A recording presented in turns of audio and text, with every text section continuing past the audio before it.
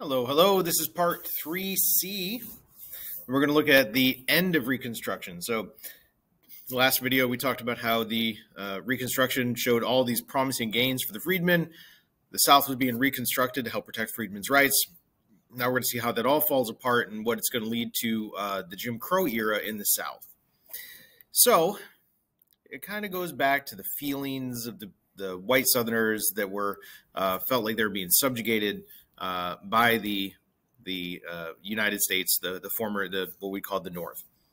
So in reconstructing the South, the Southerners felt like they were being oppressed. They claimed that they were being ruled by the bayonet. You see this little guy down here, right? This is a Union soldier, and there's a little bayonet, and here's a politician being propped up by that Union soldier that is forcing, see the chain there, forcing this pretty white woman who's wearing this little bib that says the solid South.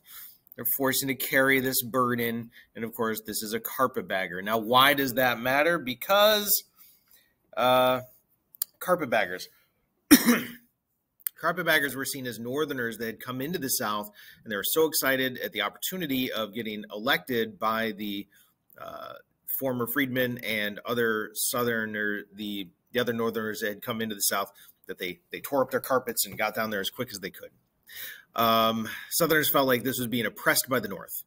The people that they hate even more than the carpetbaggers, though, are Scalawags. Remember, we said that before the war, there's a pretty sizable portion of pro-Union Southerners that did not want the Confederacy. Some of these Southerners recognized that the South was working with an outdated economic system, that they were too heavily invested in plantations and hadn't industrialized, hadn't created any of those railroads that the North was going to be able to use. And they wanted to use this opportunity of Reconstruction to try to rebuild the South in a more modern way. Those were Scalawags because they were seen as working with the carpetbaggers and the freedmen and generally the national Northern government. So Southerners are feeling oppressed. And when they felt oppressed, they started to use violence to try to get their way. Let's see, move me over here. The Southerners are going to resist Reconstruction. And we're going to refer to this as redemption, quote unquote, the redeemer governments. Now, what are they redeeming? Well, when you use the word redemption or the word redeemer, it means going back to something in the way that it used to be or the way that it's supposed to be. So the white redemption governments are going to be trying to focus on regaining the former white supremacist Confederate sympathizing governments. And they form organizations like the Ku Klux Klan. If you remember 2 videos ago, I talked about Nathaniel Bedford Forrest, who was a Confederate general that massacred a bunch of African-American troops at Fort Pillow. Well, he's one of the people that helps forms the Ku Klux Klan. And the Klan at this point is right above my head here. Let me move it over here. Right here. The Klan is using violence to subjugate the black population, remove Republican rule, and return the South to white supremacy. So what is the Klan really doing? It's more than just an anti-black organization. It's more than just a racist organization. It's using violence to change political systems. So we're going to call them the Ku Klux Klan terrorists because that's what they're doing. And if you look at this picture right here, what I want you to notice is that donkey says KKK, right? And the donkey, those 2 people were just sitting on it, and that donkey is moved out of the way. Now, what political party is represented by the donkey? That's right. These are Southern Democrats, and they're opposed to the Northern Republican rule. And what's happening to these folks? Well, notice as well that these guys, they're not African-American. They're not freedmen. These are white folks. And that bag there is a carpet bag that says Ohio. So what we're looking at here is the Klan threatening Northern Republican carpetbaggers that had come down to try to redeem the South or to try to reconstruct the South. So yes, they are going to attack the black population, but they don't want the black population to leave because who's going to do all the work? What they want is a subjugated black population, and they want to get rid of those Northern Republicans and return the rule to white supremacy. Let's see. Yeah, so they're targeting carpetbaggers and scalawags. Now, over here, the Klan is going to be broken up by President Grant in 1871. The KKK Act, which sounds like they're supporting the Klan, but is actually designed to break up the Klan. Anybody that was a member of the organization was subjected to fine and jail time. So what happens is the Klan officially breaks up, but then the the people that had been part of the Klan, they don't give up their views and beliefs. So what they do is they form what are called gun clubs or saber clubs. And then they would meet and talk about guns, but also make plans for how they would intimidate the white Northern Republicans and the black population. And we get this period of white terror from, I don't know, 1868, 69 to about 1877. And you can see here that they're going to call themselves redeemers, but what they're trying to redeem is that Southern white supremacy. Now here you can see this black family trying to sit down and have a meal. And over here is the Klan peeking in. There's that guy in the window. And they're going to use violence and intimidation to make sure that those people, oh, there's a guy down there, to make sure that those black families always feel that they are subjected to violence at any moment. And you can see here, this guy is going to vote. And when he gets in line to vote, well, here are those Southern redeemers making sure that he votes the proper way, right? And all that political violence works. And we can talk more about this. We'll probably talk about it more in class. But who says violence doesn't get anything, right? Who says violence doesn't solve anything? It works really well for these domestic terrorists. Keep that in mind, right, with modern politics. They use the threat of violence and sometimes outright violence in order to retake those Southern governments for the Democratic Party, which was the party of the white supremacists at the time. So that terrorism is going to lead to an increase in the number of Democratic senators. And you can see that here, right? The House of Representatives members, the black box here is Democrats. This is the time of Reconstruction right here. And then this is where the political violence increases. So you can see that the trend line here is that the number of Democratic membership in the House goes up. And also you can see here, again, 1865 to 67. Over here is 1871 when that domestic violence starts to really pile up. You can see those senators are going to shoot up. Meanwhile, the Republican senators that had been from the South are going to go down. This has a number of implications. The biggest thing is that over that period from 71, 72-ish, all of a sudden, remember I showed you the majority black Southern legislature in 68, that radical Republican one. All of a sudden, those gains are lost, right? And you can see here in 1872, kind of at that beginning of the moment, a year or two into it, you can see that General Grant's going to win the 1872 election, become the president with the red states. And you can see a lot of these deep Southern states, which are still under a congressional Reconstruction sort of mentality, right? The troops are still there protecting the freedmen's right to vote, protecting the congressional, the carpetbaggers, right? Those Northern Republicans down there. Some of that violence is starting to work here. Democrats are winning here. But then only 4 years later, all of a sudden you have a solid South, right? The blue here is the Democratic vote. The red is Republican. And you can see that all those states that had voted for Grant in 72 now are voting for the Democrat Tilden here. There are some states still in dispute, like South Carolina. Remember, the large black population is going to fight back a little bit. And the election is going to be disputed in those three states. Well, that disputed election of 1876 is going to lead to what we call the Compromise of 1877, sometimes called the Corrupt Bargain of 1877.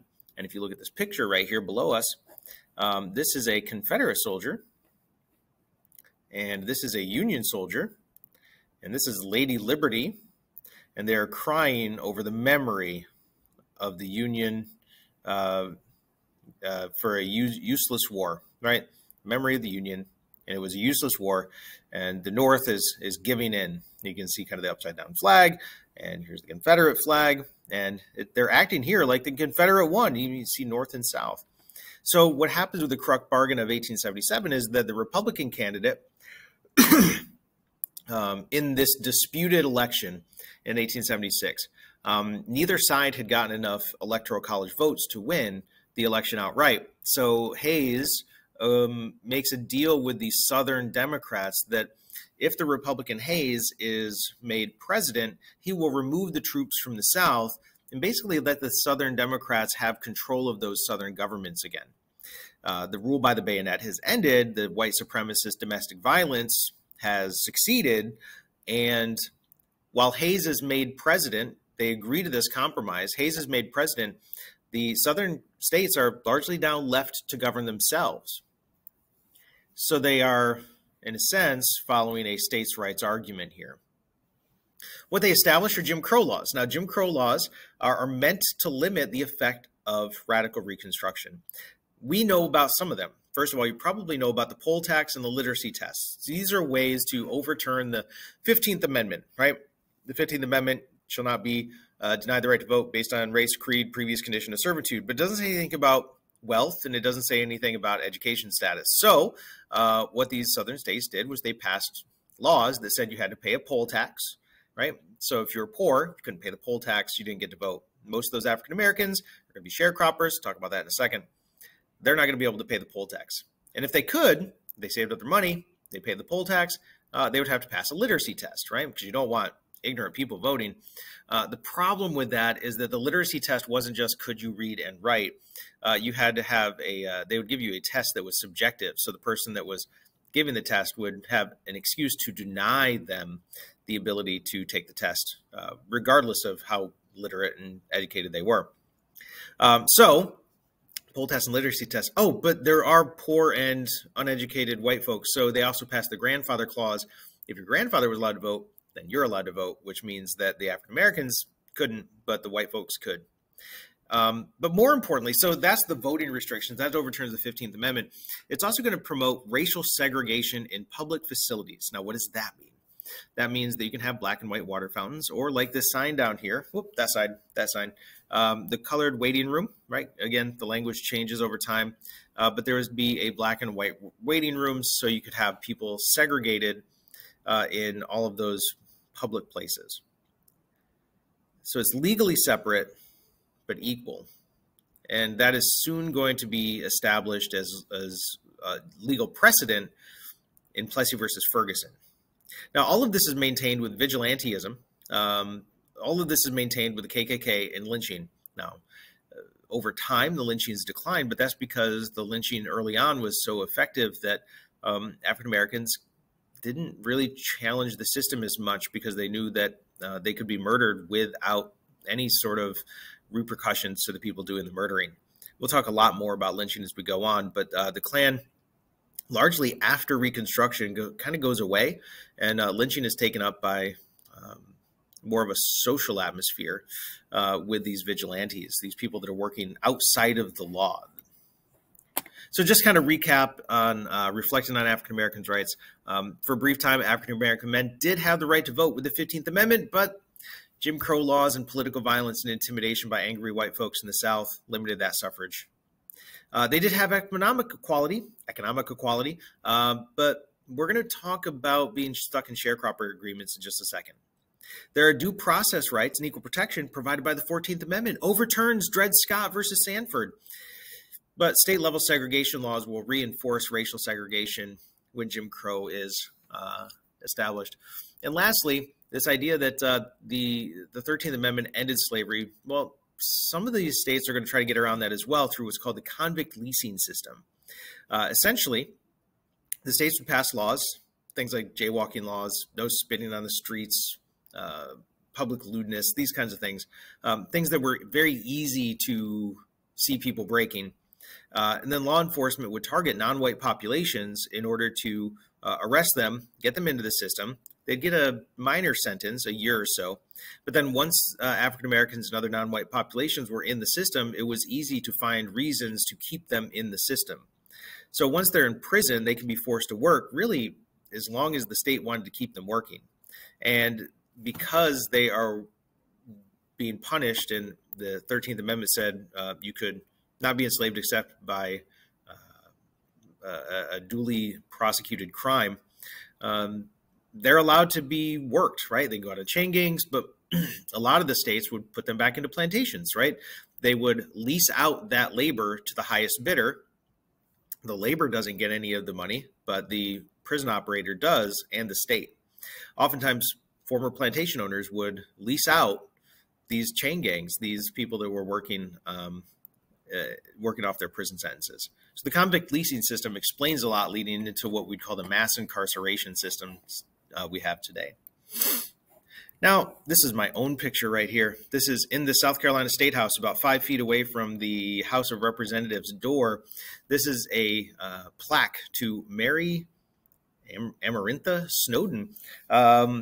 She started a school. You can't see it very well, but she started a school to help promote the true history of the Confederate States and help to, let's see, it talks about the suffering of the soldier of the Confederacy by her zeal to keep the memory sacred, and by her toil for nurture and education of his daughters, she won the hearts and loves of her generation. So she started a school that was dedicated to promoting the lost cause mythology. So education has always been part of maintaining this myth of what happens in the South. And you notice this plaque has a South Carolina flag, but that's not a Betsy Ross flag over there. That's not an American flag. That's a Confederate flag. So even on this plaque, they're not honoring the United States. This is complete lost cause stuff here. The South has subservient labor now through sharecropping. Next slide. And economically, it's going to have a dependent labor supply. So sharecropping, races, and white supremacy going to keep the races separate. African Americans are going to be the ones that are doing a lot of the cotton production, and the Confederates get a lot of what they want because the North is not going to be there to enforce the law, right? The 14th Amendment. So they get states' rights. Now, the North and the South are going to be reunited, but African Americans are thrown under the bus. The black folks are they have no protection now. So we get this myth of a new South, right? We have the lost cause, the redemption, and what that means is the white supremacists are back in charge, and they have completely justified their actions towards African Americans, or at least they're trying to justify it in their own minds.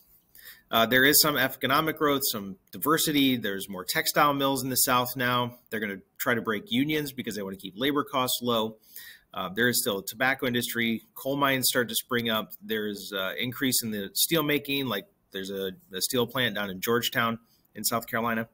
More lumber production. So they're trying to diversify a little bit, but still sharecropping is king here. They're still growing cotton, but it's going to be grown in a different way now. They don't have slave labor to do the cotton production anymore. So what they're going to use is sharecropping. And essentially, sharecroppers are serfs that are tied to the landlord. So the former plantation owners now are just landlords, and the people working there are going to be economically tied to the land. Now, how is it going to be economically tied to the land? Here's the basic system and how it works. So African Americans are freed, but they don't have any land. So they need to have some way to make a living. They typically end right back on the same plantation that they were on. And they are going to go to the sharecropper right here. The sharecropper will give them land and seed, and in exchange, all he asks for is a portion of the crop, right? They're sharing the crop. This is also called the crop lien system, L-E-I-N, as in you're borrowing towards next year's crop. All right, so the sharecropper gives all that stuff for a portion of land, but the sharecropper doesn't have any money, so he's also going to have to buy food and clothing on credit from a store that the landowner owns, which means he's going to have to give even more of a percentage of that crop. And then the sharecropper works, plants, harvests the crop, gives it to the sharecropper to sell. The sharecropper goes and sells and keeps whatever his portion is. And inevitably what happens is that the landowner says that the sharecropper owes more than he has earned. And then to pay that debt, they have to give a bigger portion of their share next year. So it becomes this vicious cycle where the sharecropper becomes in debt for years. They owe years worth of crop before they can get out of this debt. It's exploitative by the landowner, and it keeps those mostly black populations tied to the land and economically subservient. However, white sharecroppers are also going to get caught in the system as well. So it's kind of a win-win because now the landowner doesn't have to feed and clothe their enslaved labor. They can just force these sharecroppers to either do the work or starve. So let's talk a little bit quickly about civil rights here because, as it was pointed out to me, many of the former abolitionists from this era turned into activists trying to force civil rights. And we can also look at the Jim Crow era, and oftentimes we think that the African Americans just sort of went along with it, and that's just not true at all. In fact, they were fiercely fighting against this loss of rights. African Americans are disenfranchised throughout the 1860s, 70s, and 80s, especially in the South, but also a little bit in the North. And the African Americans are going to fight against that. They're going to fight against the spread of racial segregation that was codified by Plessy versus Ferguson in 1896. Plessy versus Ferguson said that you could be separate but equal, meaning that as long as there were separate facilities that were equal, that was okay. We refer to this as de jure segregation, meaning by law. Now, what happens nowadays is that we have de facto segregation, where you can't legally be separated, but there tends to be the situation where people segregate out. Think about the school lunchroom, right? There's no rule that says that juniors have to sit with juniors and sophomores have to sit with sophomores. If there was a rule, that would be de jure segregation. There's no rule for that. So what we have is de facto segregation. It just kind of happens in practice. And the way that all of this is maintained is through lynchings. Lynchings are going to happen all the way up through the 1950s and 60s. In fact, I think the last recorded lynching is 1989 with I forget the guy's name, Michael David, something like that. So lynchings are the way that the social structure of white supremacy is maintained. And I want you to notice the incredible irony of this right here. This man is about to be lynched. He's about to be burned alive. They didn't hang everybody. This man's about to be burned alive. And this mob, this crowd down here has not given him a trial. There's no legal system at play here. And yet they write the word justice on there, because to them, justice is not the idea that he gets to defend himself, that this man gets to provide evidence and gets to use the legal system. No, to them, justice is maintaining white supremacy through mob violence. That's the justice that we see here. Another example of this is the Wilmington insurrection. Again, this isn't in the standards directly, but it does talk to race relations. The majority of the population in Wilmington, North Carolina was African American, and they had voted with Republicans. The African Americans and Republicans voted together, along with populists. We'll talk about more of them later. And they're going to elect favorable officials to their positions. The white Democratic minority in that town responded with violence. 2,000 white men burned buildings and killed nearly 100 African Americans because they didn't like the results of that election. And they're going to force out that legitimately elected officials and appointed their own choices. In other words, they got rid of democracy in order to support their white supremacy. Some of the people fighting against this are Ida B. Wells. Ida B. Wells is going to be part of the civil rights movement immediately as Reconstruction ends.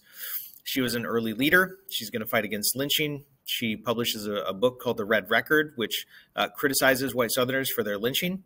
She had worked in Mississippi as a school teacher and then as an author. She was a journalist, worked for a newspaper.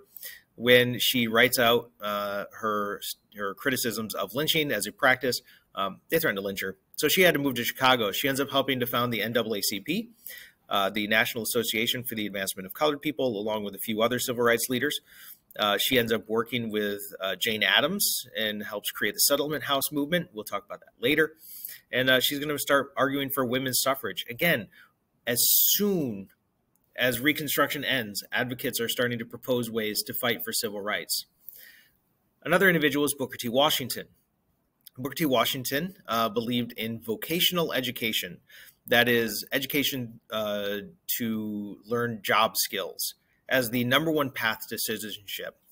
He's often going to be criticized as what's called a gradualist, that eventually the white supremacists will see the value of African Americans and let them join into society. He's going to help found the Tuskegee Institute, which was a way to learn job skills, become better farmers and better mechanics and such, so that the African Americans could show their value and eventually become part of the society. He's going to be criticized by people like our next civil rights advocate, W.E.B. Du Bois, as compromising with white supremacy. This is called the Atlanta Compromise speech. He seems to suggest, Booker T. Washington seems to suggest, that he's willing to accept Jim Crow in exchange for economic opportunities. The thing is, Booker T. Washington was born in the South and he was raised in the South, and he understood what happened to African Americans when they advocated too quickly for too much. And he didn't want to see people lynched supporting him. So behind the scenes, he's going to be doing a lot of work trying to get rid of a lot of these Jim Crow laws. But in public, he's willing to be more gradual. He was supported pretty consistently in the South by African Americans, right? People supported him. His biggest critic was another African American activist, and that was W.E.B. Du Bois. Du Bois wrote a book called The Souls of Black Folk. He talks about dual personalities, and this is where we start to see the idea of code switching develop, but that's not the important part. What Du Bois demands is immediate equality, that his humanity shouldn't be based on some white supremacist vision of America, that his humanity matters, and he wants his equality now. He's not willing to wait for Washington's gradualist approach to work. He's also going to promote something called the talented 10th model, where the top 10% of African Americans should have the community support to go to college, to get a liberal education, not liberal as in political liberal, but they could study whatever they wanted. They don't need to be trained vocationally. They don't need to become better mechanics and farmers.